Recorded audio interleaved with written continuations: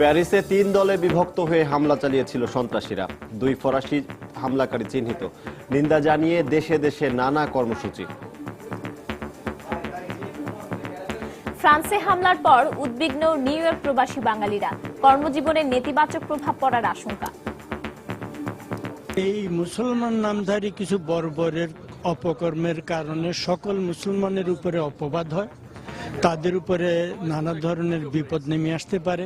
যেহেতু বাংলাদেশের মানুষ এবং মুসলমান ধর্মের মানুষ, ইসলাম বিশ্বাসী মানুষ, সেই কারণে এই ধর্মের নাম ব্যবহারকারীদের কারণে এখানকার সাধারণ মানুষগুলা বিপদগ্রস্ত হতে পারে। দেখছিলেন প্রধান শিরোনাম। রাত 11টার সময়ে সঙ্গে আছি আমি পারমিতা হিম এবং আমি সজল দাস। এবার অন্যান্য শীর্ষ সংবাদ। জলবায়ু পরিবর্তনে দায়ী দেশগুলোর কাছ থেকে অর্থ আদায়ে সব দেশকে একসঙ্গে কাজ করার আহ্বান প্রধানমন্ত্রীর। ঢাকায় 2 দিনব্যাপী উন্নয়ন ফোরামের সভা উদ্বোধন। সুষ্ঠু এবং ন্যায় বিচারের স্বার্থে নূর হোসেনকে জিজ্ঞাসাবাদের ক্ষেত্রে আইনগত কোনো বাধা নেই, মন্তব্য আইন বিশেষজ্ঞদের। বললেন, পুলিশের বক্তব্য সঠিক নয়।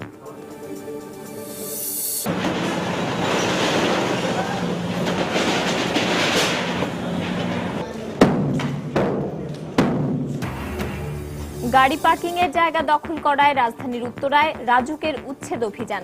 ব্যবস্থা নেওয়া হবে সরকারি সংস্থার অধীনে থাকা অবৈধ স্থাপনা বিরুদ্ধে। 21 দিন যন্ত্রণায় ভুগে মারা গেলেন আশুলিয়ার অ্যাসিডে দগ্ধ গার্মেন্টস শ্রমিক মাজেদা খাতুন। মৃত্যুর আগে জবানবন্দি দিলেও এখনো ধরাছোঁয়ার বাইরে ঘাতক স্বামী।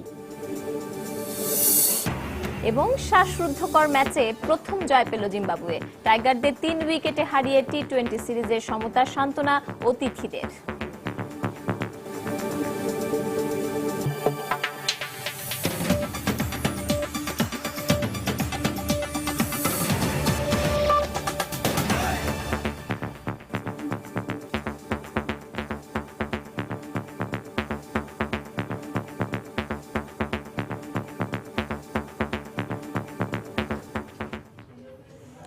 প্যারিসে ভয়াবহ সন্ত্রাসী হামলায় জড়িত 2 ফরাসি নাগরিকের পরিচয় শনাক্ত করেছে কর্তৃপক্ষ।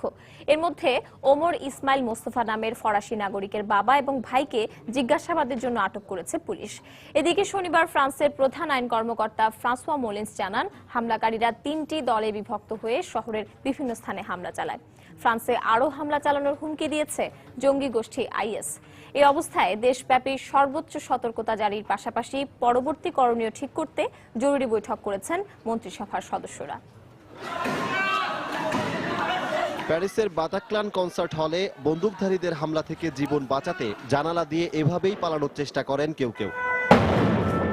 শুক্রবারের হামলার পর শুরু হওয়া ব্যাপক তদন্তে এরই মধ্যে বেরিয়ে এসেছে বেশ কিছু চাঞ্চল্যকর তথ্য।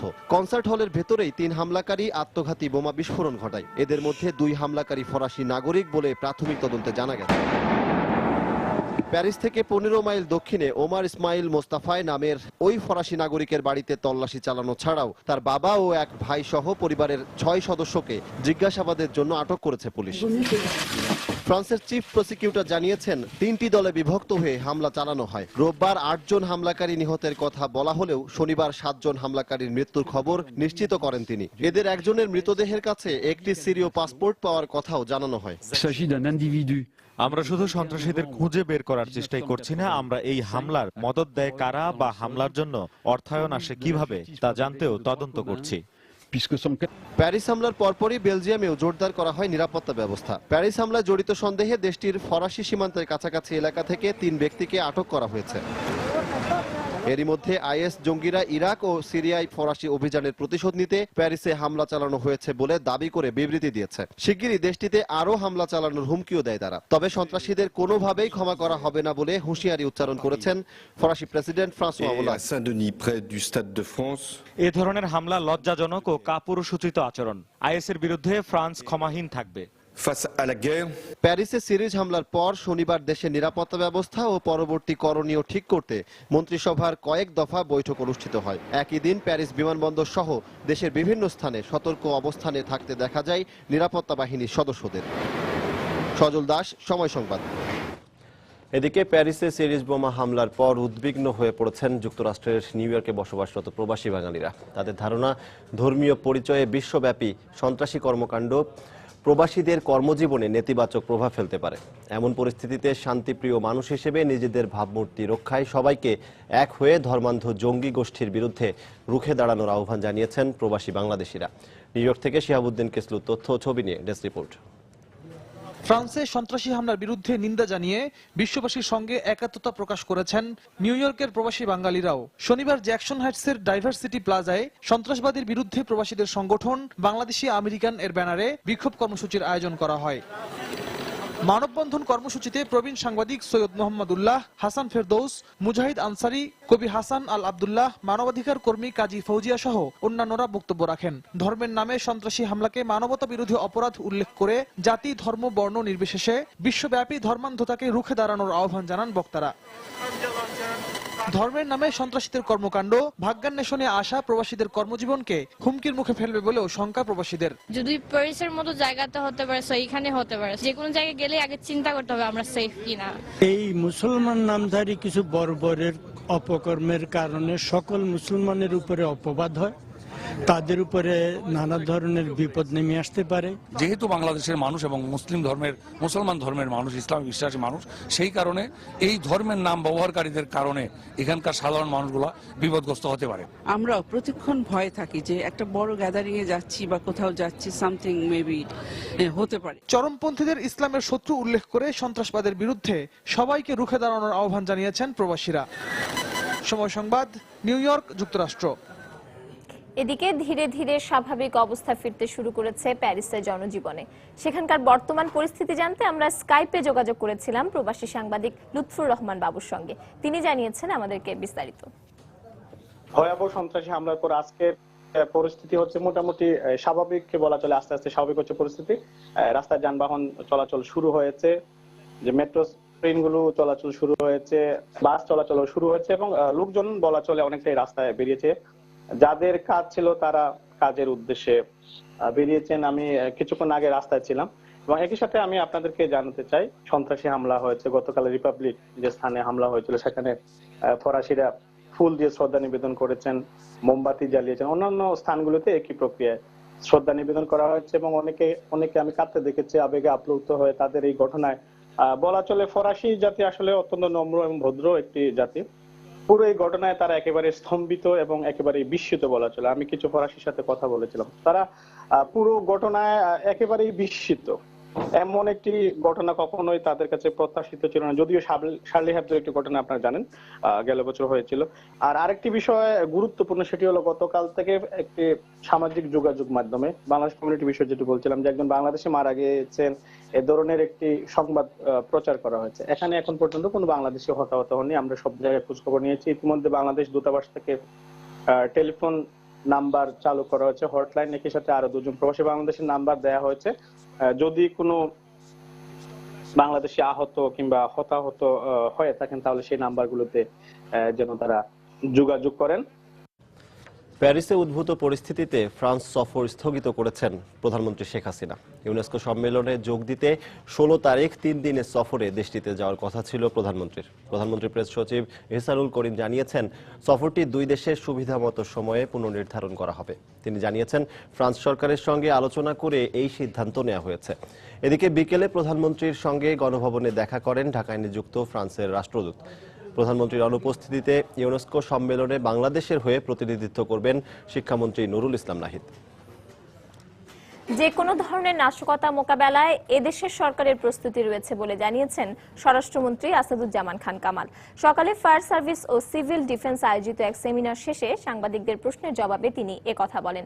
সর্বোচ্চ নিরাপত্তা নিশ্চিতে আইন শৃঙ্খলা রক্ষা বাহিনীর নজরদারি বাড়ানো হয়েছে বলেও জানান মন্ত্রী। 2013 শেষের দিকে 2014 প্রথম দিকে এরা যেই তাণ্ডব চালিয়েছিল, এগুলোকে আমরা আমাদের নিরাপত্তা বাহিনীর সক্ষমতার সঙ্গে এগুলিকে প্রোটেক্ট করতে পেরেছি। আমরাও এই ব্যাপারে আমরা সজাগ রয়েছি, আমাদের দৃষ্টিও প্রসারিত রয়েছে, আমাদের ইন্টেলিজেন্সরাও কাজ করছে। আমরা মনে করি আমরা এই সমস্ত দাঙ্গাবাজ, এই সমস্ত জঙ্গিদেরকে আমরা প্রতিহত করতে পারবো, কারণ বাংলাদেশের মানুষ এই ধরনের দাঙ্গাবাজ, এই ধরনের জঙ্গিদের আশ্রয় প্রশ্রয় দেয় না এবং এদেরকে কোনো রকম সহযোগিতা করে না। জলবায়ু পরিবর্তন মোকাবিলায় প্রথাগত আর্থিক সহযোগিতার পাশাপাশি দারিদ্র্য বিমোচন এবং কর্মসংস্থান সৃষ্টিতে মনোযোগী হতে বিশ্ব বাণিজ্য ব্যবস্থার প্রতি গুরুত্ব আরোপ করেছেন প্রধানমন্ত্রী শেখ হাসিনা। সকালে রাজধানীর বঙ্গবন্ধু আন্তর্জাতিক সম্মেলন কেন্দ্রে বাংলাদেশ উন্নয়ন ফোরামের সভায় বক্তব্য দেন তিনি। এ সময় আগামী দিনেও উন্নয়ন সহযোগীদের সহযোগিতা অব্যাহত থাকবে বলে আশা প্রকাশ করেন প্রধানমন্ত্রী। 2021 সালের মধ্যে মধ্য আয়ের দেশের তালিকায় নাম লেখাতে চায় বাংলাদেশ, আর এর জন্য বাড়াতে হবে মাথাপিছু আয়। অর্থনৈতিক প্রবৃদ্ধি 6.5 থেকে নিয়ে যেতে হবে 8-এ, কমাতে হবে দারিদ্র্য। এসব লক্ষ্যের কথা মাথায় রেখেই প্রণয়ন করা হয়েছে 7ম পঞ্চবার্ষিকী পরিকল্পনা। নতুন পঞ্চবার্ষিকী বাস্তবায়নে সরকারের কর্মকৌশল কি হবে, উন্নয়ন সহযোগীদের সামনে তা তুলে ধরতে ঢাকায় আয়োজন করা হয়েছে 2 দিনের এই সম্মেলন। উদ্বোধনী বক্তৃতায় জাতিসংঘ নির্ধারিত টেকসই উন্নয়ন লক্ষ্যমাত্রা অর্জনে বাংলাদেশে বিনিয়োগ বাড়ানোর আহ্বান জানান প্রধানমন্ত্রী শেখ হাসিনা।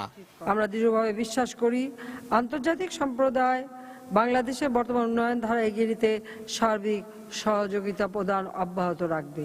বিশ্বের বুকে একটি গতিশীল অর্থনীতি হিসেবে আত্মপ্রকাশ করার মতো সব উপায় ও উপকরণ আমাদের রয়েছে। দারিদ্র্য বিমোচন এবং কর্মসংস্থান তৈরিকে সর্বোচ্চ গুরুত্ব দিতে বিশ্ব বাণিজ্য ব্যবস্থার প্রতি আহ্বান জানান শেখ হাসিনা।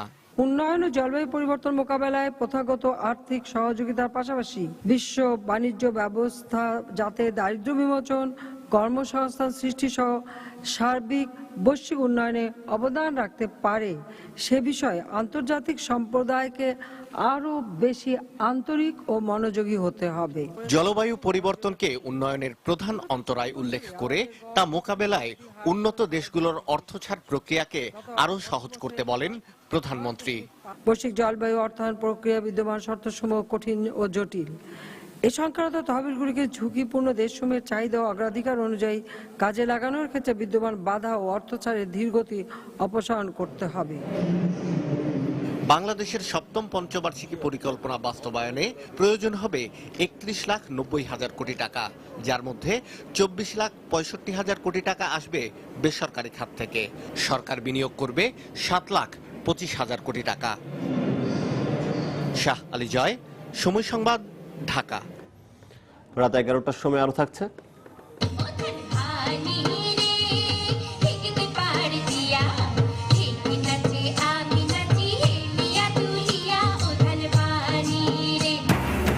ঢাকা বিশ্ববিদ্যালয়ের বকুলতলায় উৎসবমুখর পরিবেশে নবান্ন উদযাপন, নাচ গান ও পিঠাপুলির আয়োজনে মাতোয়ারা নগরবাসী।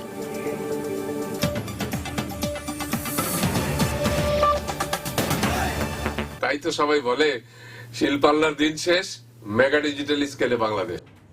সুষ্ঠু এবং ন্যায় বিচারের স্বার্থে মামলার যে কোনো পর্যায়ে আসামিকে জিজ্ঞাসাবাদের সুযোগ রয়েছে বলে মনে করেন আইন বিশেষজ্ঞরা। সাবেক আইনমন্ত্রী ব্যারিস্টার শফিক আহমেদ বলেছেন, নূর হোসেন পলাতক থাকাকালীন 7 খুন মামলার অভিযোগপত্র দেয়ায় তদন্ত কর্মকর্তা চাইলে এখন তাকে জিজ্ঞাসাবাদের জন্য আবেদন করতে পারবেন। এক্ষেত্রে আইনগত কোনো বাধা নেই। আর সাবেক বিচারপতি সৈয়দ আমিরুল ইসলামের মত, মামলার এ পর্যায়ে নূর হোসেনকে জিজ্ঞাসাবাদের সুযোগ নেই, পুলিশের এ ধরনের বক্তব্য সঠিক নয়। আফজল হোসেনের রিপোর্ট। নারায়ণগঞ্জের আলোচিত 7 খুন মামলার প্রধান আসামি নূর হোসেন, যাকে মামলার অভিযোগপত্রে খুনের মূল পরিকল্পনাকারী ও অর্থের যোগানদাতা হিসেবে উল্লেখ করা হয়েছে। নূর হোসেন ছাড়া এই মামলায় আটক 22 জনকে জিজ্ঞাসাবাদ করা হলেও দীর্ঘদিন ধরে ভারতে পলাতক থাকায় তিনি ছিলেন ধরাছোঁয়ার বাইরে। এ কারণে তার অনুপস্থিতিতে দেয়া হয় আলোচিত এই মামলার অভিযোগপত্র। তাকে ভারত থেকে ফিরিয়ে আনার পর দাবি উঠে রিমান্ডে নিয়ে খুনের নেপথ্যে কারা ছিল তা বের করার। যদিও মামলার এ পর্যায়ে নূর হোসেনকে জিজ্ঞাসাবাদের কোনো সুযোগ নেই বলে জানায় পুলিশ। তবে আইন বিশেষজ্ঞরা মনে করেন, ন্যায় বিচারের স্বার্থে মামলার যে কোনো পর্যায়ে আসামিকে জিজ্ঞাসাবাদের সুযোগ রয়েছে। এ বিষয়ে পুলিশের ব্যাখ্যা সঠিক নয় বলেও মনে করেন তারা। সুষ্ঠু বিচারের স্বার্থে তাকে রিমান্ড আদেশ দিতে পারে on the prayer of the prosecution. তার রিমান্ডের কোনো বাধা নেই, আইনি বিধান আছে। বিচার কাজ শুরু হলো বা সাক্ষী শুরু হলো, এটাকে অর্জন করেও পারে। যদি পুলিশ মনে করে যে আমরা তখন যে চাষে দিয়েছি তার মধ্যে 2-1টা জায়গায় একটু ফাঁক ফোকর আছে, তাহলে পুলিশের দায়িত্ব হলো আদালতের কাছে দরখাস্ত দেওয়া যে তখন তো সে পলাতক ছিল, তাকে আমরা পাই নাই, এখন যেহেতু সে আদালতে হাজির হয়েছে আমাদের তাকে কিছু জিজ্ঞাসাবাদ করা দরকার। চাঞ্চল্যকর এই মামলাটি দ্রুত নিষ্পত্তির জন্য দ্রুত বিচার ট্রাইব্যুনালে স্থানান্তর করা উচিত বলেও মনে করেন তারা। সরকারের উচিত হবে এইটা দ্রুত বিচার ট্রাইব্যুনালে বিচারের জন্য অনন্ত বিলম্বে পাঠানো দরকার। স্পর্শকাতর মামলাগুলা তাড়াতাড়ি করা উচিত, তাহলে বিচার বিভাগের উপর, বিচারের উপর মানুষের একটা আস্থা বাড়বে। তাদের মতে মামলার শেষ পর্যায়ে আদালতের নির্দেশে আসামিকে জিজ্ঞাসাবাদ এবং পুনরায় অভিযোগপত্র দেওয়ার দেশ বিদেশে অনেক নজির রয়েছে। আফজাল হোসেন, সময় সংবাদ, ঢাকা। স্থানীয় সরকার পৌরসভা সংশোধন বিল 2015 জাতীয় সংসদে উত্থাপন করা হয়েছে। সন্ধ্যায় জাতীয় সংসদে বিলটি উত্থাপন করেন স্থানীয় সরকার, পল্লী উন্নয়ন ও সমবায় মন্ত্রী খন্দকার মোশাররফ হোসেন। বিল উত্থাপনের পর উপস্থিত সংসদ সদস্যদের কণ্ঠ ভোটে বিলটি অধিকতর পরীক্ষা নিরীক্ষার জন্য স্থানীয় সরকার বিষয়ক সংসদীয় স্থায়ী কমিটির কাছে পাঠানো হয়। গত মাসে স্থানীয় সরকারের 5টি স্তরে দলীয় পরিচয় ও প্রতীকে নির্বাচন করতে আইনের সংশোধনের অনুমোদন দেয় মন্ত্রিসভা। সংশোধিত বিল অনুযায়ী এখন থেকে পৌরসভা ও ইউনিয়ন পরিষদ নির্বাচন দলীয় ব্যানারে হবে। আমি খন্দকার মোশাররফ হোসেন, স্থানীয় সরকার, পল্লী উন্নয়ন ও সমবায় মন্ত্রী, স্থানীয় সরকার পৌরসভা আইন 2009-এর অধিকতর সংশোধন কল্পে আনিত একটি বিল, স্থানীয় সরকার পৌরসভা সংশোধন বিল 2015 মহান সংসদে উপস্থাপন করছি। 21 দিন যন্ত্রণায় ভুগে অবশেষে মৃত্যুর কাছে হার মানলেন আশুলিয়ায় অ্যাসিড দগ্ধ পোশাক শ্রমিক মাজেদা খাতুন। সকালে ঢাকা মেডিকেল কলেজ হাসপাতালের বার্ন ইউনিটে চিকিৎসাধীন অবস্থায় মারা যান তিনি। গত 25 অক্টোবর ভোর রাতে স্বামী সোহাগ তাকে অ্যাসিড নিক্ষেপ করে। এ বিষয়ে মৃত্যুর আগে মাজেদা তার স্বামীর বিরুদ্ধে জবানবন্দি দিয়ে গেলেও পুলিশ এখনও তাকে আটক করতে পারেনি।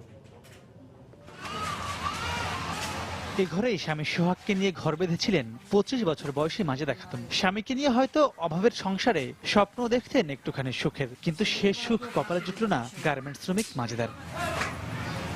এলাকাবাসী জানায় গত 25 অক্টোবর ভোররাতে পারিবারিক কলহের জের ধরে স্বামী সোহাগ স্ত্রীর গায়ে এসিড নিক্ষেপ করে এবং সে রাত থেকে স্বামী পলাতক বলেও জানান তারা। মেয়েরাও আইসে দিয়ে কান্নাকাটি করতেছে, লাভ হইতেছে, আর এই নলকা খুলে পানি ঢেলে মাথায় নিতেছে। আর অনেক লোকজন দেখছেন ওই মেয়ের পাশে দাঁড়ায় দিছে রাতে 3টে বাজে। তখন মাঝে মাঝে ঝগড়া করতো, দরজা খুলে বাইরেছি, কি হয়েছে যে সোহাগ এসিড মারছে, যে সোহাগকে ও পলাইছে। পরে রোববার সকালে 21 দিন মৃত্যুর সাথে লড়াই করে ঢাকা মেডিকেলের বার্ন ইউনিটে মারা যান মাজেদা। মারা যাওয়ার আগে স্বামী সোহাগের বিরুদ্ধে এসিড নিক্ষেপের কথা স্বীকার করে জবানবন্দি দিলেও আশুলিয়া থানা এ বিষয়ে এখনো কোনো কার্যকর ব্যবস্থা নিচ্ছে না বলে অভিযোগ এলাকাবাসীর। এমনকি এ বিষয়ে ক্যামেরার সামনে কথা বলতেও অস্বীকৃতি জানায় থানা কর্তৃপক্ষ। স্বামী তো পলাতক, আমরা পারিনি। 7 দিন ছিল গ্রেফতার করার জন্য। নাম্বারই খোলা নাই, এখন অন্য কোনো নাম্বার যেটা বেশি কথা বলতেছে ওটাতে আমরা ট্রাই করতেছি যে এইটা আছে কিনা, সেই কিনা। দ্রুত সময়ের মধ্যে এসিড নিক্ষেপকারীকে আইনের আওতায় আনার দাবি আশুলিয়াবাসীর। মাহমুদ রাকিব, সময় সংবাদ, ঢাকা।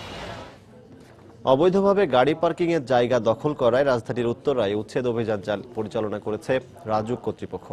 এ সময় কমপক্ষে 20টি ছোট বড় দোকান, রেস্টুরেন্ট ও অফিস উচ্ছেদ করা হয়। দুপুরে উত্তরার 1 নম্বর সেক্টরে এই অভিযান পরিচালনা করেন রাজুকের নির্বাহী ম্যাজিস্ট্রেট খন্দকার জাকির হোসেন। উত্তরার 1 নম্বর সেক্টরটি আবাসিক এলাকার অন্তর্ভুক্ত হলেও এখানকার বেশিরভাগ ভবনের গাড়ি পার্কিং এর জায়গা বাণিজ্যিক কাজে ব্যবহার করা হচ্ছে। এমনকি কেউ কেউ অতি মুনাফার আশায় রাজুকের অনুমোদিত প্ল্যানের তোয়াক্কা করছে না। এই অভিযান সামনের দিনগুলোতে আরও পরিচালনা করা হবে বলে জানিয়ে রাজুক কর্তৃপক্ষ বলছে, শুধুমাত্র বেসরকারি স্থাপনা নয়, সরকারি স্থাপনার অধীনে থাকা অবৈধ বাণিজ্যিক স্থাপনার বিরুদ্ধেও ব্যবস্থা নেওয়া হবে।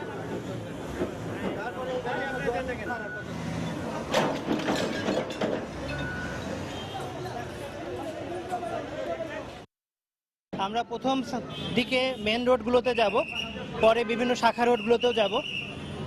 ফার্স্ট আমরা কার পার্কিং যেগুলো অনুমোদিত নকশাতে আছে সেগুলো ক্লিয়ার করব, বাকিতে অন্য যেগুলো ডেভিয়েশন আছে রাজুকের নিয়মে হয় নাই সেগুলো আমরা দেখব।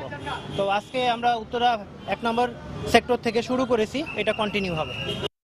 বাংলাদেশ আওয়ামী লীগের 43তম প্রতিষ্ঠাবার্ষিকী উপলক্ষে রাজধানীতে র্যালি ও সমাবেশ করেছে ঢাকা মহানগর উত্তর যুবলীগ। বিকেলে রাজধানীর ফার্মগেট থেকে র্যালি শুরু হয়ে সংসদ ভবনের সামনে গিয়ে শেষ হয়। এর আগে র্যালি পূর্ব সমাবেশ করে সংগঠনটি।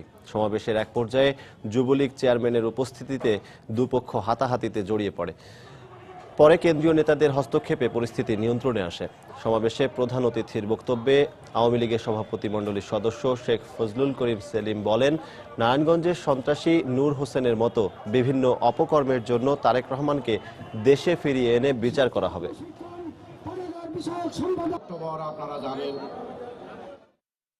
খালেদা জিয়া, তুমি মনে করছো বাংলাদেশে আসবা না, বাংলাদেশে তোমাকে আনা হবে।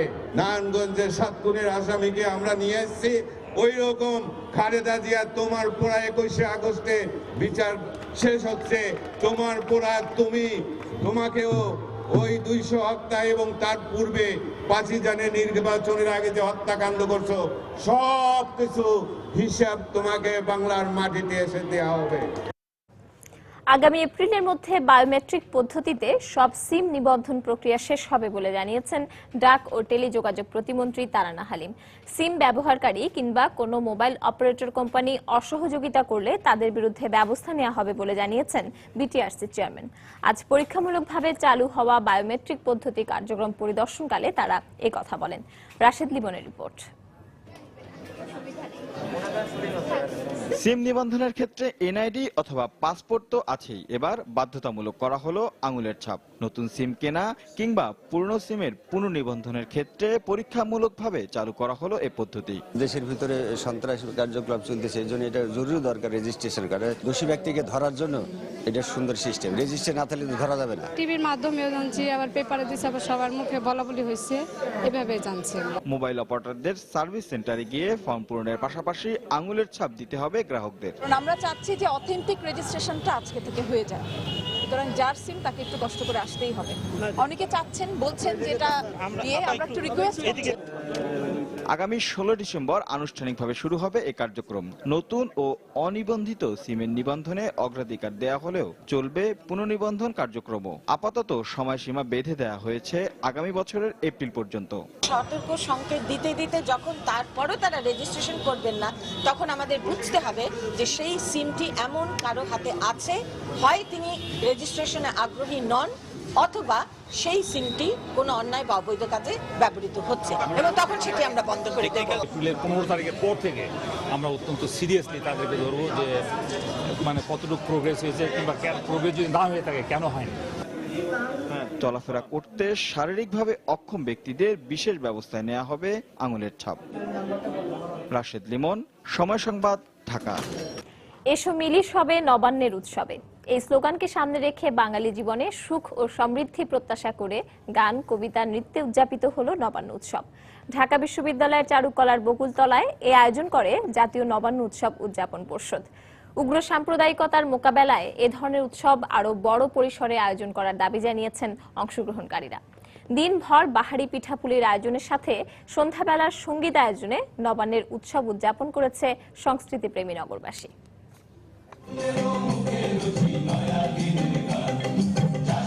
হলুদ রঙের বাহারি শাড়ি আর রং বেরঙের পোশাকে নেচে গিয়ে উদযাপন করা হচ্ছে বাংলার চিরায়ত উৎসব নবান্ন। নানান ঢঙের নাচ, কবিতা আর দলীয় সঙ্গীতের মধ্যে দিয়ে সংস্কৃতিপ্রেমী নগরবাসীরা সমবেত হন অগ্রহায়ণকে স্বাগত জানাতে।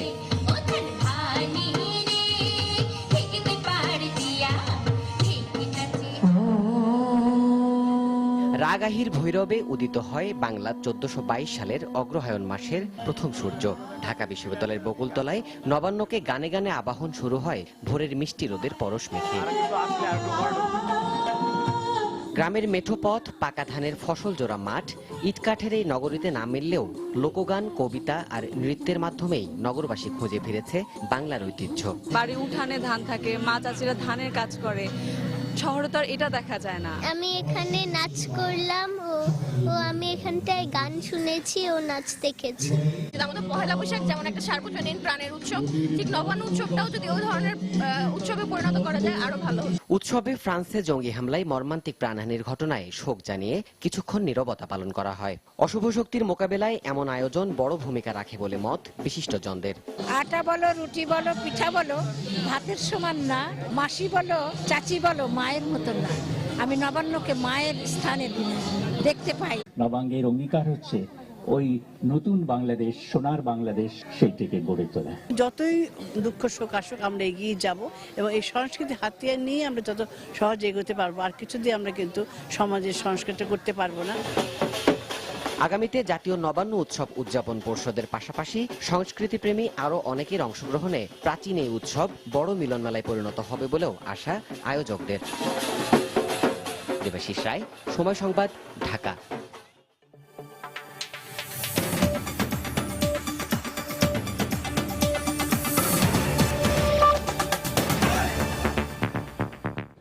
ফ্রান্সের রাজধানী প্যারিসে সন্ত্রাসী হামলা পুরো মানব সভ্যতার উপর হামলা বলে মন্তব্য করেছেন মার্কিন প্রেসিডেন্ট বারাক ওবামা।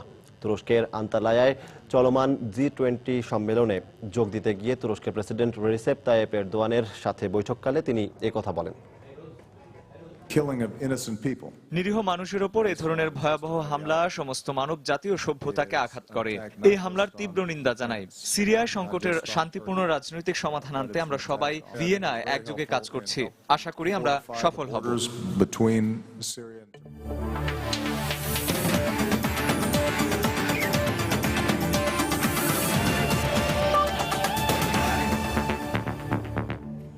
বাংলাদেশ ও জিম্বাবুয়ের টি-20 প্রসঙ্গ। সিরিজের উত্তেজনাপূর্ণ দ্বিতীয় ও শেষ টি-20তে বাংলাদেশকে 3 উইকেটে হারিয়ে 1-1 সিরিজ ড্র করেছে জিম্বাবুয়ে। টস জিতে ব্যাট করতে নেমে মাত্র 135 রানে শেষ হয় টাইগারদের ইনিংস। জবাবে ব্যাট করতে নেমে মাঝিভার ঝোড়ো ব্যাটিংয়ে মাত্র 1 বল হাতে রেখে 7 উইকেট হারিয়ে জয়ের লক্ষ্যে পৌঁছে যায় সফররতরা। মিরপুরে তামিমের সঙ্গে ব্যাট করতে নেমে শুরুটা ভালোই করেছিলেন দীর্ঘ 4 বছর পর টি-20 একাদশের সুযোগ পাওয়া ইমরুল।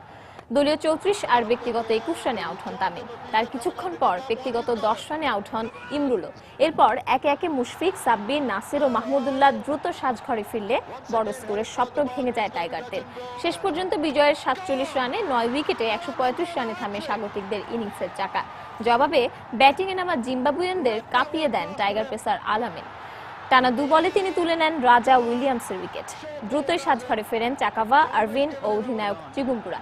কিন্তু শেষ দিকে মাঝিভার অপরাজিত 19 বলে 28 রানের দুর্দান্ত ইনিংসের কল্যাণে 1 বল বাকি থাকতেই জয়ের বন্দরে নোঙর করে সফররতরা। Tries to play the big shot and it's huge. It's into the change room. In front of a near capacity crowd here. Can he do it on strike? There we go. That's the game. Madziva has absolutely smashed that.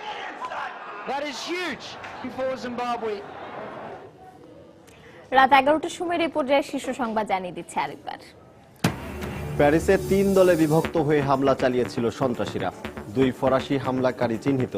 নিন্দা জানিয়ে দেশে দেশে নানা কর্মসূচি। উদ্বিগ্ন new York প্রবাসী বাঙালিরা।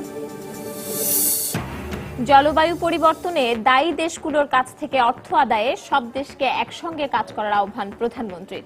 ঢাকায় 2 দিনব্যাপী উন্নয়ন ফোরামের সভা উদ্বোধন।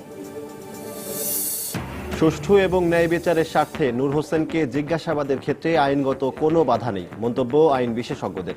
বললেন, পুলিশের বক্তব্য সঠিক নয়। 21 দিন যন্ত্রণায় ভুগে মারা গেলেন আশুলিয়ার অ্যাসিডে দগ্ধ গার্মেন্টস শ্রমিক মাজেদা খাতুন। মৃত্যুর আগে জবানবন্দি দিলেও এখনো ধরা ছোঁয়ার বাইরে ঘাতক স্বামী। এবং শ্বাসরুদ্ধকর ম্যাচে প্রথম জয় পেল জিম্বাবুয়ে। টাইগারদের 3 উইকেটে হারিয়ে টি-20 সিরিজে সমতার সান্ত্বনা অতিথিদের।